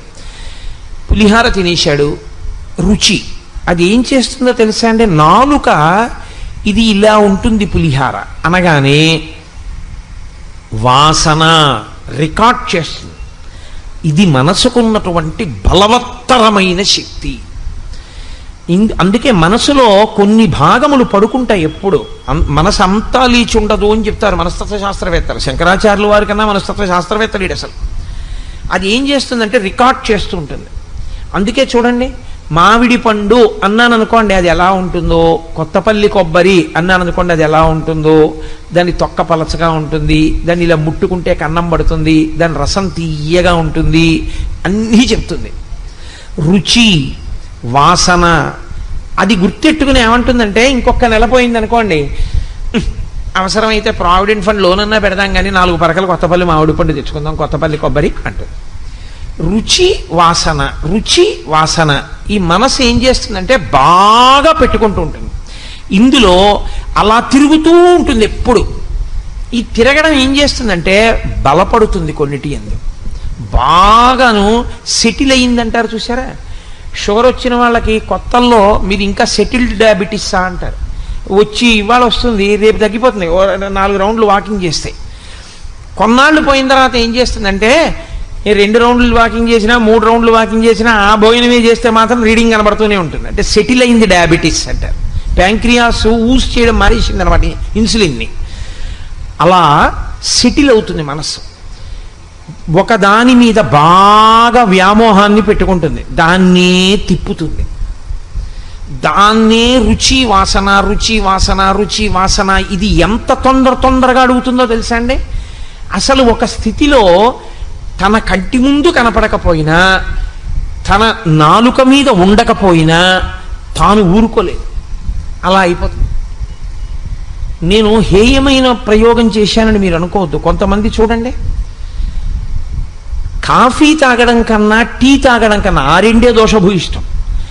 ఆ రెండిటికన్నా కూడా మద్యాన్ని సేవించడంలో వాళ్ళు అది లేకపోతే ఇక బ్రతకలేనన్నట్టే ఉంటారు. ఇది అది రుచి ఎందు బాగా నిలబడిపోయి నువ్వు ఇది తాగితే చచ్చిపోతావురా అని డాక్టర్ గారు చెప్పినా సరే చచ్చిపోయినా పర్వాలేదు కొంచెం తాగుతానంట. అంటే అంత వాసనా బలం కింద పట్టుకుంటుంది. ఇప్పుడు దీన్ని వ్యామోహం కింద మారుస్తుంది. మార్చి దానికి ఉన్న తమాషా ఏమిటంటే, అది ఆఖరి ఊపిరి ఉన్నంతసేపు ఉంటుంది కదండి, ఆఖరి ఊపిరి ఆగిపోతోంది దానికి తెలుస్తుంది. ఆఖరి ఊపిరి ఆగిపోతోందని తెలియగానే 5 జ్ఞానేంద్రియములలో ఉన్న శక్తుల్ని ఉపసంహారం చేస్తుంది మనస్సుకొక్కదానికి ఆ శక్తి ఉంది, దానికి ఉపసంహార ప్రక్రియ తెలుసు. అందుకే మీకు నిద్ర ఎందది ఏం చేస్తుందంటే జ్ఞానేంద్రియములలో ఉన్న శక్తుల్ని ఉపసంహారం చేసి తనలోకి తీసుకుంటుంది. కన్ను కొంచెం తెరిచి ఉంటుంది, కానీ మీరు ఆయన కంటెదురుగుండా తీసుకెళ్ళి ఓ పువ్వు పెట్టారనుకోండి, ఆయన ఏం చూడడం. కంటిలో చూడగలిగిన శక్తిని మనసు లాగేసుకుంటుంది తనలోకి. చెవి పక్కకి వెళ్ళేదో మాట్లాడారనుకోండి, ఆయనకి వినపడదు, చెవి వింటుంది. ఎందుకంటే ఒక శబ్ద ప్రకంపన వస్తే దీనిలో ఉన్నటువంటి కర్ణభేరి కదులుతుంది. కర్ణభేరి కదిలితే చెవికి వినపడుతుంది ఆ మాట. కాబట్టి చెవి వింది, కానీ ఆ మాటని మనసు పుచ్చుకోదు. ఎందుకంటే వినగలిగిన శక్తిని లాగేసి తనలో పెట్టేసుకుంటుంది.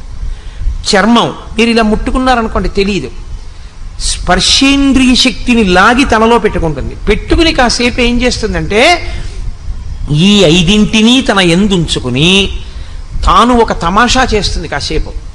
అందుకే సృష్టి స్వప్నావస్థతో పోలుస్తుంది వేదాంతం. స్వప్నావస్థ సృష్టికి ప్రతీక. అది ఏం చేస్తుందంటే తనకి ఏది ఇష్టమో దాన్ని చూపిస్తుంది. ఈ కంటి శక్తి తనలో పెట్టుకుంది కదూ. ఇప్పుడు ఆ శక్తిని తనలో పెట్టుకుని మీరు ఎప్పటి నుంచో చూద్దామనుకుంటున్న కాశీ పట్టణాన్ని తనకి చూపిస్తుంది. విచిత్రం ఏమిటో తెలుసా అండి? తను చూడండి చూపిస్తుంది. తను చూడండి కూడా ఊహతో చూపిస్తుంది. ఎలా చూపిస్తుందో తెలుసా తమాషా? ఒక్కొక్కసారి ఏదో నేను ఇక్కడ ఉపన్యాసాలు అయిపోయిన తర్వాత ఇంకో ఊరు ఉపన్యాసాలకు వెళ్ళవలసి ఉందనుకోండి. నేను రాత్రి పడుకుని నిద్రపోయే ముందు నేను అక్కడికి వెళ్ళిన తర్వాత నాకు గోపాలకృష్ణ గారికి కలిపి వాళ్ళు ఒక గది ఇస్తారా, నాకు గోపాలకృష్ణ గారికి 2 గదులు ఇస్తారా? ఒకవేళ ఒకే గది ఇస్తే గోపాలకృష్ణ గారు చాలా ఇబ్బంది పడిపోతారే. నేను పడుకున్న మంచం మీద ఆయన పడుకోరు, నేను కూర్చుంటే నాతో సమానంగా కుర్చీలో కూర్చోరు, నేను ఏదైనా తింటుంటే ఆయన తినరు, నేను తింటే తప్ప తినరు, ఆయన చాలా ఇబ్బంది పడిపోరు పాపం. వేరే గది ఉంటే ఆయనకి ఇబ్బంది ఉండదు, పడుకోవాలనుకుంటే కాసేపు పడుకుంటారు. వీళ్ళు 2 గదులు ఇస్తున్నారా, 1 గది ఇస్తున్నారా అడగడం మర్చిపోయానే అని నేను అనుకున్నాను అనుకోండి. అది తన ఊహలతో నాకు ఇవ్వబోయే విడిదోటి చూపిస్తుంది.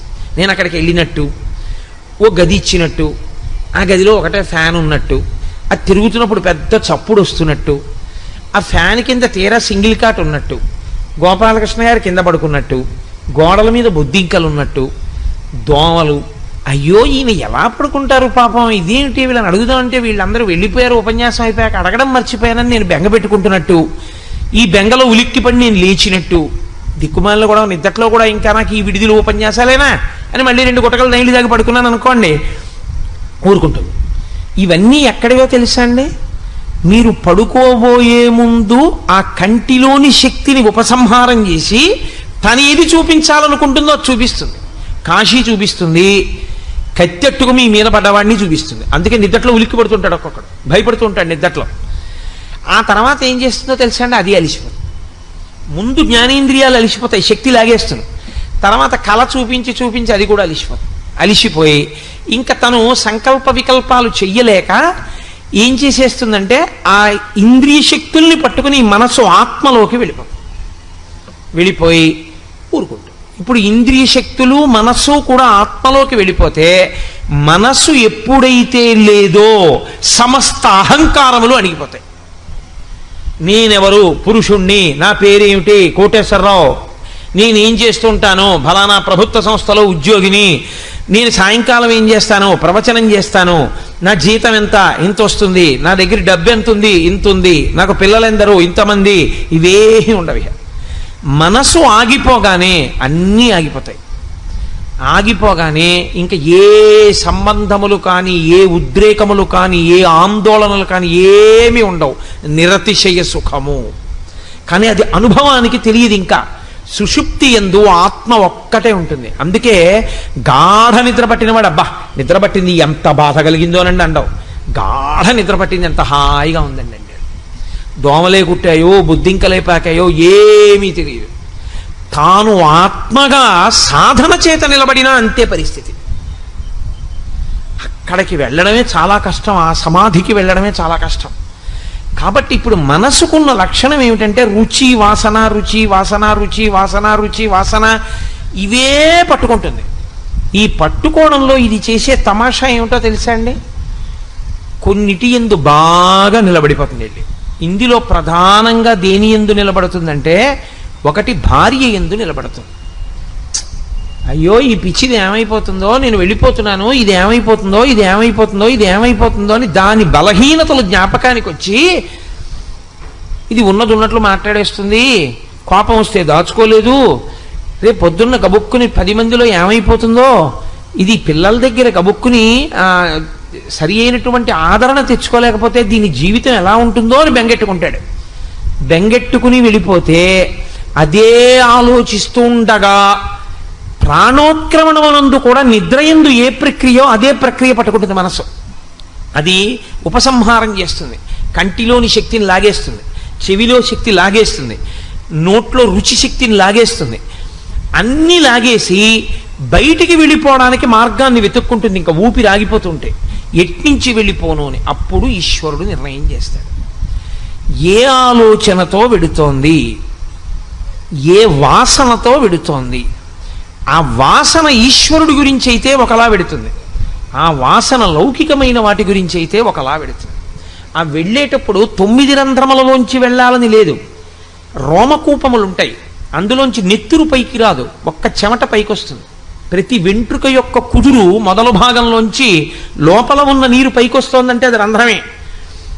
కానీ ఈశ్వరుని యొక్క నిర్మాణ ప్రక్రియలో ఉన్నటువంటి ఘనత ఏమిటంటే నెత్తురు పైకి రాదు, అందులోంచి రోమకూపములలోంచి కూడా వెళ్ళిపోతుంది. ఆఖరి ఊపిరి ఆగిపోగానే ఇక తను కదలడానికి అవకాశం ఉండదని బయటికి వెళ్ళిపోతుంది ఆ శరీరంలోంచి. వెళ్ళిపోయినప్పుడు ఇంద్రియ శక్తుల్ని కూడా తీసుకుని బయటికి వెళ్ళిపోతున్నాడు. ఈ వెళ్ళిపోయినటువంటి జీవుడున్నాడే, వీడు మళ్ళీ చూడ్డానికి, వీడు మళ్ళీ వినడానికి, వీడు మళ్ళీ తినడానికి, వీడు మళ్ళీ అనుభవాల కోసం వీడికో శరీరం కావాలి. అందుకని ఈశ్వరుడు ఏం చేస్తాడంటే స్వతంత్రంగా ఇవ్వడు. నీకు బుద్ధి ఇచ్చాను కదయా, నువ్వు దేని గురించి ఆలోచిస్తూ వచ్చేసావు ఆఖరణ, ఇది ఆలోచించావా లేదా? కాదని ఎలా అంటారు? రుచి వాసన, వాసన దేని మీద నిలబడిందో దానికి అనుగుణమైన శరీరాన్ని ఇస్తాడు. అందుకే నా హేయోపాధేయ వర్జిత అని లలితా సహస్రనామ స్తోత్రంలో అమ్మవారికి ఒక నామం. ఆ వెళ్ళిపోవడంలో దాన్ని స్థిరీకరిస్తారు, మార్గములను కారణములను చెప్పకుండా వర్గీకరణ చేసేస్తారు. 4 రకాలుగానే వెళ్ళిపోతాడు జీవుడు వెళ్ళిపోయేటప్పుడు. మొట్టమొదటి దాన్ని అలా వెళ్ళిపోయేటప్పుడు ఆర్తచింత అంటారు. ఆర్తచింత అంటే తనవారి యందు రాగము, అందుకనొచ్చాడు కృష్ణ పరమాత్మ. నీ పిచ్చిరా, చచ్చిపోతాను అంటున్నావు, చచ్చిపోయే వాళ్ళందరూ మళ్ళీ పుడతాడు ఈ రాగద్వేషాలకే. రాగము చేత వస్తాడు. ఎలా వస్తాడు? తన డబ్బు మీద వ్యామోహం, ఆ డబ్బంతా ఎక్కడుందో దాని కింద తిరిగి ఎక్కుతాడు, అంటే వెన్నుపాం అడ్డంగా ఉండే జీవి అవుతాడు. ధనము, ధాన్యము, ఐశ్వర్యము, బంగారము, లేకపోతే ఏదో దస్తావేజులు, ఇలాంటి వాటి మీద ఉండిపోయినటువంటి వ్యామోహం చేత విషము కూడా శరీరమునందున్నవాడై అడ్డంగా వెన్నుపాం ఉండేటట్టుగా వచ్చి అవి ఎక్కడ పెట్టాడో అక్కడికే వచ్చి కూర్చుంటాడు. అదే కదూ ఆఖరణ భయపడ్డాడు, ఏమైపోతుందో ఆ డబ్బు ఏమైపోతుందో, ఆ డబ్బు ఏమైపోతుందో అని. ఆ ఇనపెట్టి ఎక్కడుందో దాని కిందకే వచ్చి చేరుతాడు. చీకటిగా ఉంటుంది కదండి, అక్కడికి వస్తాడు. ఎప్పుడో ఎవరో బీరువా తీస్తుంటారు, వాడికి భయం వేస్తుంది. అయ్యయ్యో ఇంత సంపాదించాను, కొడుక్కిద్దాం అనుకున్నాను, ఆ వెర్రివాడు తాళాలు వీడికిచ్చాడు, వీడు గబుక్కుని ఏ గొలుసు అట్టుకుపోతాడో అని గబగబగబా బయటికి వచ్చి ఆ కాలు మీద కొడతాడు. అక్కడి నుంచి వాడు తేలంటాడు. ఇక కొడుకు కోళ్ళు చీపురు కట్టట్టుకొచ్చి బయటికి తీసేసి చెప్పెట్టి కొట్టి చంపేస్తారు. అక్కడతో ఆ చింత పోతుంది. దీన్ని ఆర్తచింత అంటారు. మనిషి యొక్క మనసు రుచి వాసన రుచి వాసన రుచి వాసనగా వెళ్ళి వెళ్ళి వెళ్ళి వెళ్ళి వెళ్ళి వెళ్ళి వెళ్ళి వెళ్ళి దేని మీద నిలబడిపోయిందో దానికి తగిన ఉపాధిలోకి, అది హీనోపాధిలోకి పెడతాడు అటువంటి ఆకర్షణలు ఉంటే. రెండవది రౌద్రచింత, దీనికి పూర్తి వ్యతిరేకం. నాకు రావలసిన డబ్బు వాడి వల్లే పోయింది, నా ఐశ్వర్యం వాడి వల్ల భ్రంశమైంది, నా సుఖ సంతోషాలని వాడు తీసేశాడు. అప్పుడు కూడా మనసు దాన్నే పట్టుకుంటుంది, వాడి గురించే ఆలోచిస్తుంది. అది రౌద్రచింత. ఇప్పుడు బాగా దాన్ని పట్టుకోవడం వల్ల ఏమవుతాడంటే చచ్చిపోయే ముందు కూడా మనసుకి అలవాటు అయిపోయి అదే ఆలోచించడం, వాడి గురించే ఆలోచిస్తూ వెళ్ళిపోతాడు. రౌద్రచింత అయి వాణ్ణి పాడు చేయడానికి ఎడతాడు. పావుగానో తేలుగానో జర్రిగానో వాణ్ణే కరవడానికి ఎడతాడు. వెళ్ళి వాణ్ణి చంపడానికి కూర్చుంటాడు అక్కడ. రౌద్రచింత. అప్పుడు తిరియక్కైపోతాడు. ఈ శరీరాన్ని వదిలిపెట్టి వెన్నుపాం ఇలా నిలువుగా పెరగదిహ, వెన్నుపాం అడ్డంగా పెరిగే ప్రాణి అయిపోతాడు. అడ్డంగా పెరిగేవేవి ఇక బుద్ధితో కర్మ చెయ్యలేవు, అదే గుర్తు. తిరియక్కంటే వెన్నుపాం అడ్డంగా వచ్చిందంటే ఇక బుద్ధి లేదు అని. అప్పుడు తిరియక్కుగా వెళ్ళి రౌద్రచింత చేత ఎవరి మీద శత్రుత్వం పెట్టుకున్నాడో అక్కడ కూర్చుంటాడు. మూడవది శుక్లచింత. శుక్లచింత అంటే శాస్త్రమును గురించిన పరివేదన. అరే నా జన్మాంతరంలో నాకు ఎప్పుడు తెలుస్తాయిరా ఇవన్నీ, నేను ఎప్పుడు చదువుతాను భగవద్గీత, నేను ఎప్పుడు చదువుతాను రామాయణం, నా జీవితంలో నేను ఎప్పుడైనా ఒక్క శ్లోకం విడిచిపెట్టకుండా 24,000 శ్లోకములు చాలా జాగ్రత్తగా పట్టి పట్టి రామాయణంలో చదివి టీక చదివి తాత్పర్యం చదివి 24,000 శ్లోకాల్ని అత్యంత గౌరవంగా మర్యాదగా భక్తిగా చదివానా? చదవలేదు. మహాభారతం 18 పర్వాలు నేను చదివానా? 50 సంవత్సరముల వయస్సు దాటిపోయింది, 18 పర్వాల పుస్తకాలు చదవలేదు. భాగవతం 12 స్కందాలు చదివానా? నా జన్మలో నేను చదవలేదు. ఇవేమీ చదవలేదు, శాస్త్ర సంబంధమైనవి. నీకు ఎక్కడి నుంచి వస్తుంది బుద్ధి రమ్మంటే? ఏతత్ శాస్త్రం ప్రమాణంతే. నీకు ప్రమాణం ఎలా తెలుస్తుంది అసలు? నీకు ప్రమాణమే తెలియలేదు, ఇక నీ జీవితానికి ఉద్ధరణ ఏమిటి? ఇక ఉద్ధరణ అన్న మాటే లేదు. కాబట్టి ఇప్పుడు ఏమవుతుందంటే తాపత్రయపడ్డాడు. అరే, నేను ఇవేవి విచారణ చేయలేదు, నేను తెలుసుకోలేకపోయాను, నాకు ఇవేవి తెలియవు, నేను ఏ గురువు గారి దగ్గర కూర్చోలేదు, నేర్చుకోలేదు, సాధన చేయలేదు, వినలేదు. అయ్య బాబోయ్, ఆయుర్దాయం ఏం ఆయుర్దాయం అండి? ఓ 70 ఏళ్ళు బతికితే అందులో 20 ఏళ్ళు వచ్చేంత వరకు అసలు సరిగ్గా ఏమీ తెలియదు, 20 ఏళ్ళు వచ్చిన తర్వాత 40 ఏళ్ల వరకు వ్యామోహాలు, 50 నుంచి 70 ఏళ్ల వరకు 20 ఏళ్ళు చింత, మిగిలిపోయిన 10 ఏళ్ళు అక్కర్లేని విషయాలన్నీ పట్టుకున్నాం. బాలస్తావ క్రీడాసక్త, తరుణస్తావ తరుణీసక్త, వృద్ధస్తావ చింతాసక్త, పరసే బ్రహ్మణి కోపినసక్త. ఇంకా నాకు ఖాళీ ఏది? అరే నేను ఎంత పాడైపోయానరా, నేను ఎప్పుడు చదువుకుంటానరా అని పిల్లల గురించి బెంగపెట్టుకోవడం మానేసి అలా పుస్తకాలని చూసి కళ్ళమ్మ నీళ్లు పెట్టుకుని ఏడిచి, నాకు ఈ విషయం అర్థం కాలేదు చదివితే, నాకు చెప్పే మహాత్ములు ఉన్న రోజుల్లో నేను వెళ్ళింది లేదు, నేను నేర్చుకున్నది లేదు, నేను చదువుకున్నది లేదు, నేను అర్థం చేసుకున్నది లేదు, నేను అనుష్ఠించింది లేదు, ఆఖరికి ఇలాగే వెళ్ళిపోతున్నాను. ఈశ్వరుడు ఇచ్చిన ఈ శరీరం, ఈ బుద్ధి, ఈ చదువు, ఈ మనస్సు, ఈ తెలివితేటలు పనికి మాలినవై కూర్చున్నాయి, ఈశ్వరా నేను ఎలా బాగుపడతాను అని ఏడుస్తూ వెళ్ళిపోయాడు. ఇప్పుడు ఈశ్వరుడు ఏం చేస్తాడో తెలుసా అండి? దాన్ని శుక్ల చింత అంటారు. అలా ఎవడు ఏడుస్తూ వెళ్ళిపోయాడో వాణ్ణి మహాజ్ఞాని, గొప్ప పండితుడు, గొప్ప అనుష్ఠాన తత్పరుడు, వేద ప్రమాణం ప్రకారం బ్రతికేటటువంటి ఒక మహాపండితుడికి కొడుకుగా పుట్టిస్తే ఆయన గాయత్రి ఉపదేశం చేసి సంధ్యావందనం చేయించి తండ్రి పుస్తకం అక్కర్లేకుండా పక్కన కూర్చోబెట్టుకుని కొడుక్కి విద్యాబోధ చేస్తూనే ఉంటాడు. అలాగా అంతే. తండ్రి దగ్గర ఈ అనుష్ఠాన ప్రక్రియ అంతా తెలుసుకుని, తండ్రి దగ్గర వేదాంతం అంతా విని, తాను గొప్ప సునిశ్చితమైన ప్రజ్ఞని పొంది, తాను వేద విహితంగా ఎలా బతకాలో అలా బతికి, చిట్ట చివర శరీరాన్ని ఈశ్వరుని యందు నిలబెట్టి ఊర్ధముఖ చలనం చేయించి యోగమునందు బ్రహ్మరంధ్రాన్ని భేదించుకుని వెళ్ళిపోతాడు. కాబట్టి ఈ జన్మలో వెళ్ళలేకపోయాడు, కానీ వచ్చే జన్మలో వెళ్ళిపోతాడు ఈశ్వరుడిలోకి. శుక్ల చింత దానికి కారణం అవుతుంది. చిట్ట చివరి చింత ఒకటి ఉంటుంది, దాని పేరు ధన్య చింత అని పేరు. ఇది అనుష్ఠానం వైపుకి తీసుకెళ్ళిపోతుంది. సరి అయినటువంటి గురువు లభిస్తాడు. లభించి ఆ గురువు గారి దగ్గర కూర్చుని వినగలిగినటువంటి స్వాతంత్ర్యం ఏర్పడుతుంది. ఏర్పడి చెవులు దొప్పలు చేసుకుని వింటాడు. విన్నదాన్ని బాగా పరిశీలనం చేస్తాడు. చేసి వైరాగ్యమును పొందుతాడు. ఆ వైరాగ్యంతో నిత్యకర్మానుష్ఠానమును కానీ సుఖదుఖములకు కానీ తాను సాక్షి మాత్రుడవుతాడు. తాను విచలితుడు కాడు. తాను దాని వలన జ్ఞానమును పొందుతాడు.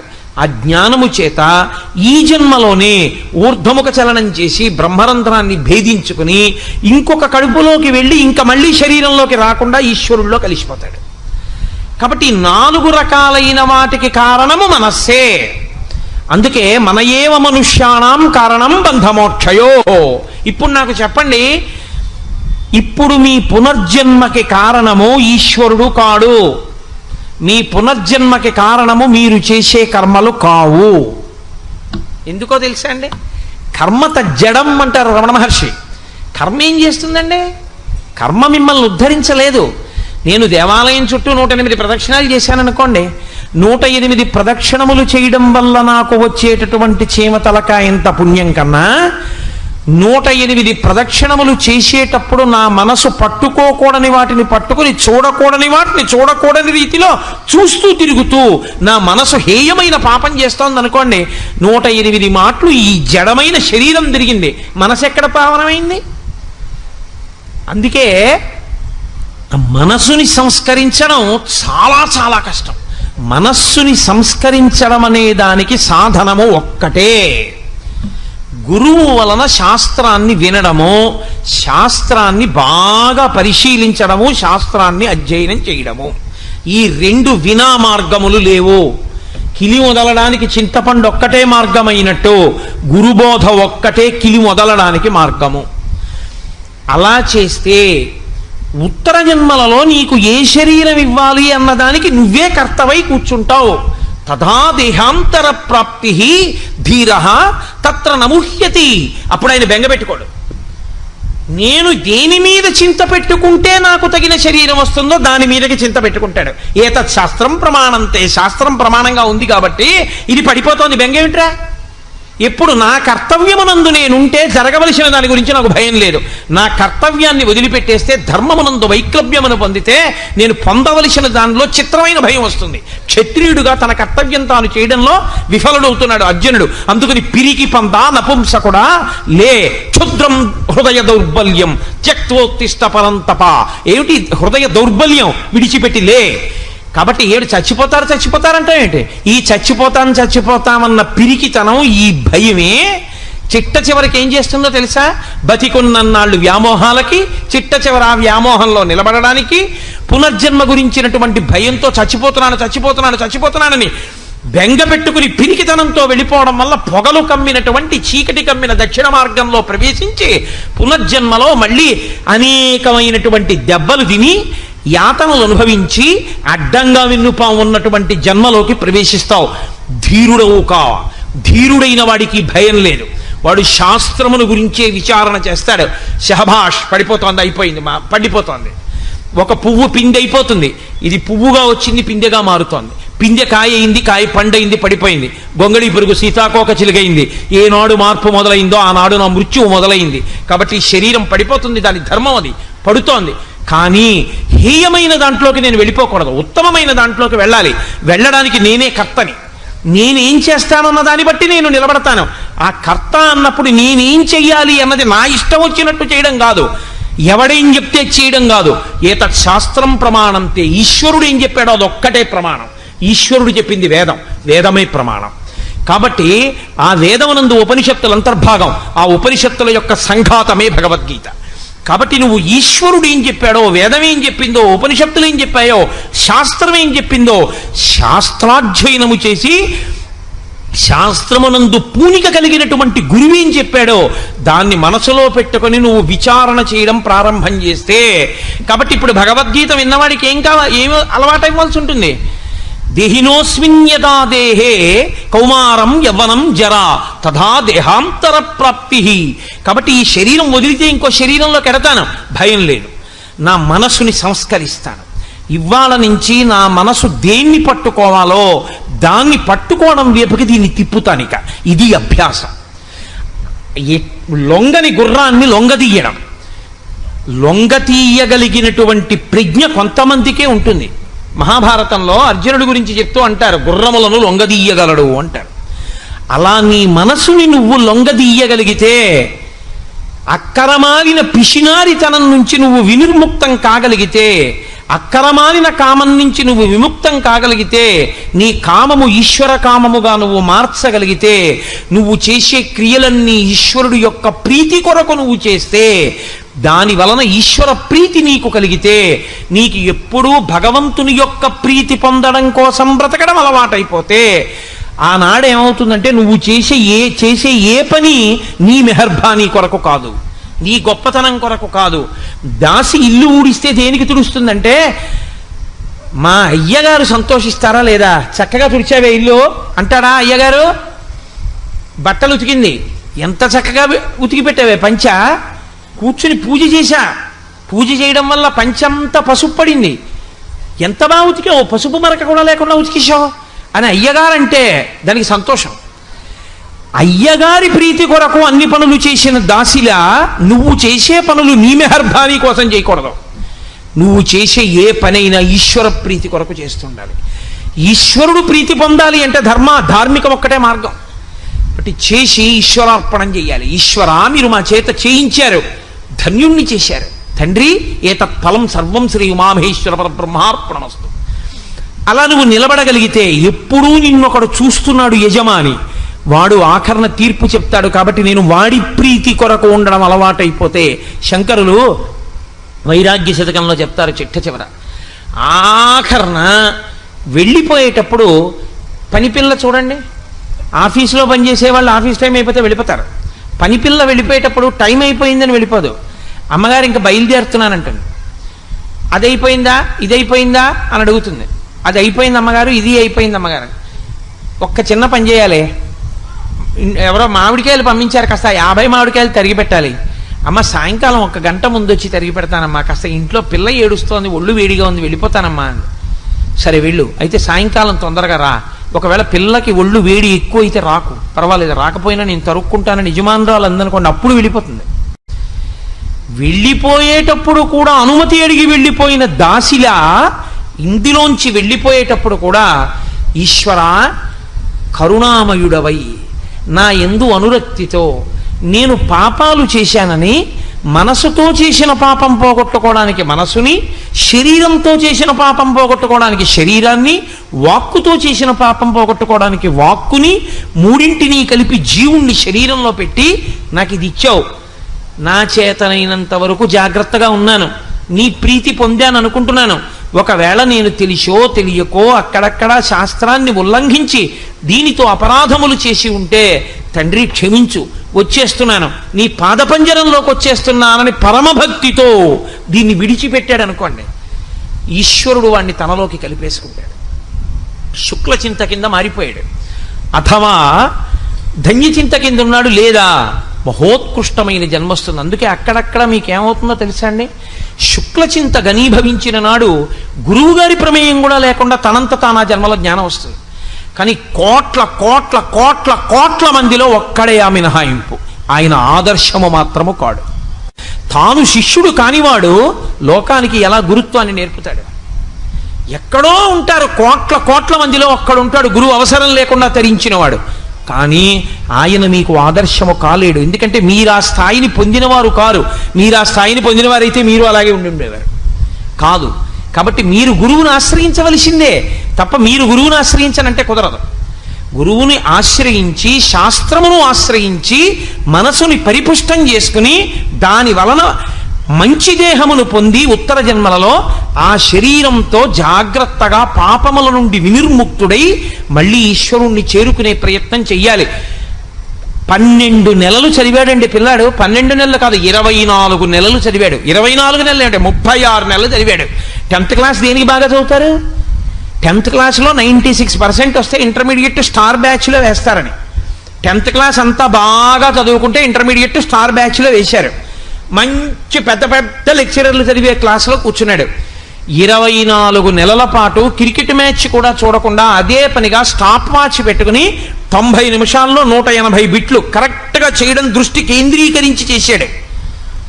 ఇప్పుడు ఎంసెట్ పరీక్షకి వెళ్ళాడు. నువ్వంతకుముందు 36 నెలలు ఎంత సాధన చేశావన్నది ఇప్పుడు నువ్వు ఈ 3 గంటలో 2 గంటలో ప్రభుత్వం అనుమతించిన సమయంలో నీ దృష్టిని ఎంత పెడతావన్న దాని మీదే నీ జీవిత సుఖశాంతులు. ఎంత బాగా చదివినా 2 గంటలు నీకు పక్క నుంచి వస్తున్నటువంటి లౌడ్ స్పీకర్లో పాటల మీద దృష్టి ఉండిపోయింది.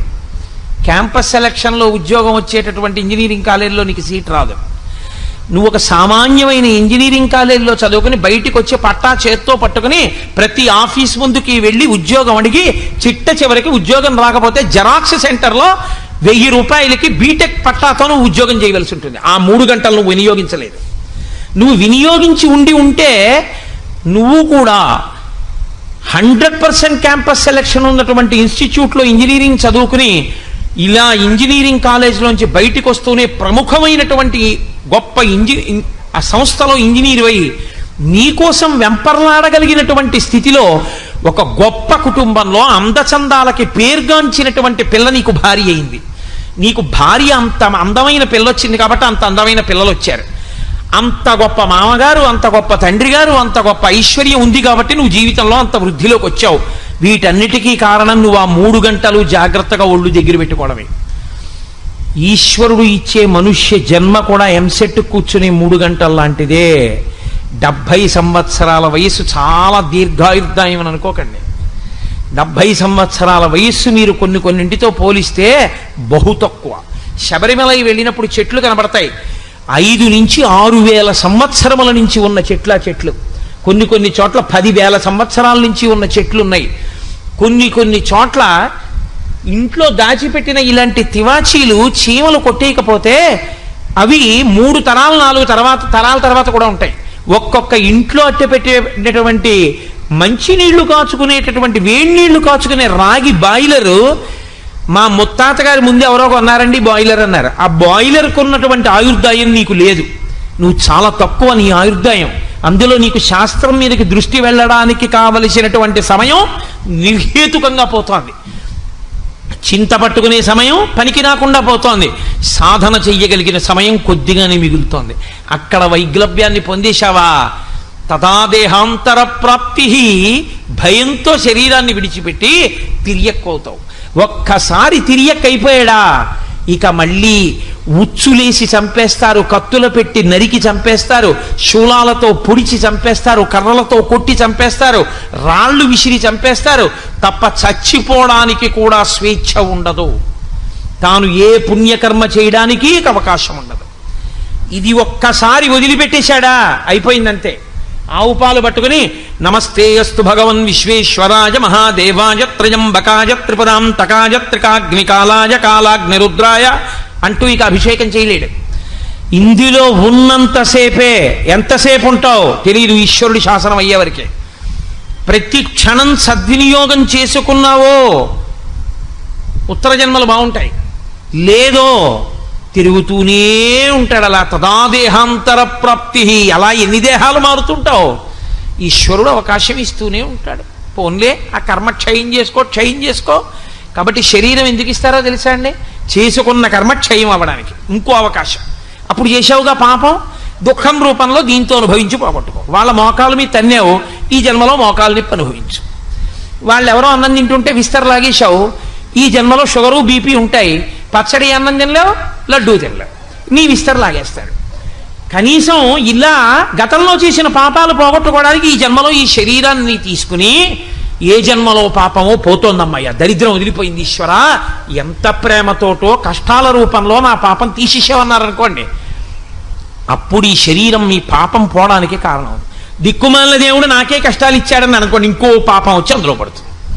కాబట్టి ఈశ్వరుడు అందుకని పునర్జన్మ యందు జీవుడికి గత జన్మ వాసనలు లేకుండా చేసి అవస్థల్ని మాత్రం గమనించగలిగిన శక్తిని ఉంచాడు. ఇది ఈశ్వరుని యొక్క ఔదార్యం. ఈశ్వరౌదార్యమును గుర్తిస్తే తప్ప మీరు భక్తితో ధర్మంలో నిలబడలేరు, యోగము సిద్ధించదు. అందుకే శ్లోకాన్ని అలాగే అన్వయం చేయవలసి ఉంటుంది. కాబట్టి భగవద్గీతలో ఒక్కొక్క శ్లోకం